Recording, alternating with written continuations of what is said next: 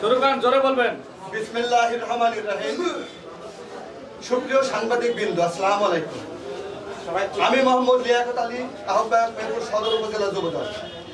সুপ্রিয় সাংবাদিক বৃন্দ, আপনারা নিশ্চয়ই অবগত আছেন যে সম্প্রতি কতিপয় কুচক্রী মহল সামাজিক যোগাযোগ মাধ্যম ফেসবুকে ভুয়া আইডি খুলে আমার বিরুদ্ধে মিথ্যা ও মানহানিকর পোস্ট করে আমার ইমেজ ক্ষুণ্ণ করার মিথ্যা অপচেষ্টা চালাচ্ছে এবং বারাদি ইউনিয়নবাসীর সামনে আমাকে হেয় প্রতিপন্ন করার জন্য চেষ্টা করছে।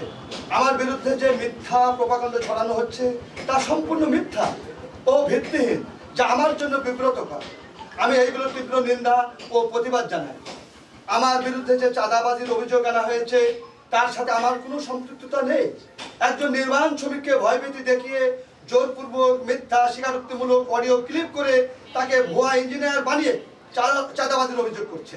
আমাকে সমাজের চোখে অপরাধী বানানোর জন্য, আমার মান সম্মান ক্ষুণ্ণ করার জন্য আমাকে মাদক ব্যবসায়ী বলেও অপপ্রচার চালাচ্ছে। আমি কোনো ধরনের নেশা মাদক দ্রব্যের সাথে সম্পৃক্ততা নেই। আমার বিরুদ্ধে মিথ্যা প্রপাগান্ডা ছড়ানো হয়েছে মেহেরপুর সদরের বিএডিসি ফার্মে নিয়োগ বাণিজ্যে নিয়েও মিথ্যাচার করা হয়েছে।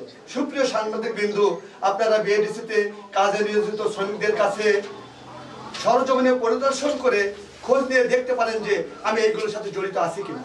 যারা আমার বিরুদ্ধে মিথ্যাচার করছে তারা পরাজিত শক্তি, আমার বিরুদ্ধে অপরাজনীতি শুরু করেছে।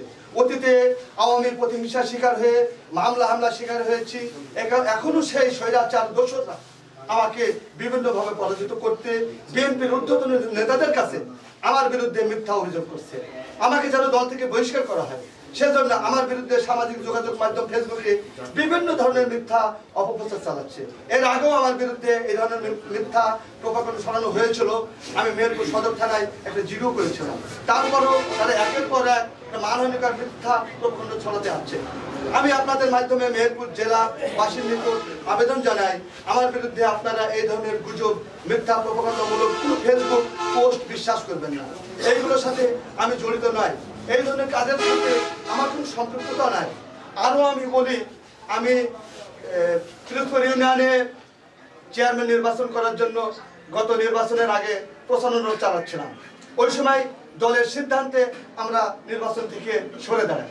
সেই থেকে এখন পর্যন্ত আমাকে বিভিন্নভাবে হয়রানি করার জন্য এই একটা পক্ষ জড়িত আছে। আপনারা ইতিমধ্যে শুনেছেন বারাদি ফার্মে বিচুলিকে কেন্দ্র করে, যেটা লেবারদের বিচুলি, যাদের সাথে আমাদের কোনো যোগাযোগ নেই, সম্পৃক্ত নয়, তারা আমাদের নামে মিথ্যা মামলা করেছে মেহেরপুর বিজ্ঞ আমলি আদালত, যা মামলা নম্বর 1281/2024। এই মামলাতেও আমাদের আসামি করা হয়েছে। আমাকেও একটা আসামি করেছে 1277 নম্বর 2024 সালে সিআর মামলা। সেই মামলাটা আমাকে 1 নম্বর আসামি করা হয়েছে। বিভিন্নভাবে আমাকে হেয় করার জন্য, আমার মান সম্মান ক্ষুণ্ণ করার জন্য, এই এলাকার মানুষের কাছে আমাকে দোষী বানানোর জন্য তারা অপচেষ্টা চালাচ্ছে। তাছাড়া উল্লেখ করি, গত 13 তারিখে মেহেরপুর জেলা বিএনপির আহ্বায়ক কমিটি গঠিত হয়েছে।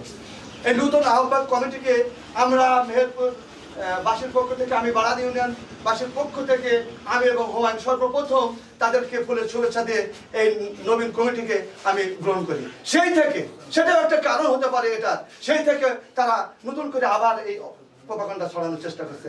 আমি সাংবাদিক বৃন্দদের কাছে বিনীত আবেদন জানাই, আপনাদের লেখনের মাধ্যমে যারা এই প্রপাগান্ডা ছড়াচ্ছে তাদের একটা দৃষ্টান্তমূলক শাস্তি আমি দাবি করছি। এবং সরাসরি যদি আপনাদের কাউকে প্রশ্ন করার দরকার হয়, আমাকে প্রশ্ন করার প্রয়োজন মনে করেন, এখন আমরা প্রয়োজন আপনারা প্রশ্ন করতে পারেন। আপনাদের ধন্যবাদ সবাই।